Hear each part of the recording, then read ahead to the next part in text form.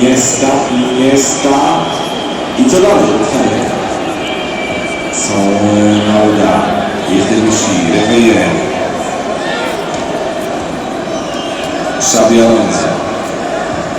I utrzymują się przy piłce Hiszpanii. To zdaje się przede wszystkim na to, aby Francuzi teraz przed tych 10 minut po przerwie atakujący całkiem śmiało momentami, aby stracili ochotę do takich właśnie ataków, ale Hiszpanie popełniają czasami małe błędy, szczególnie naciskami. Vichy spokojnie do Borysa.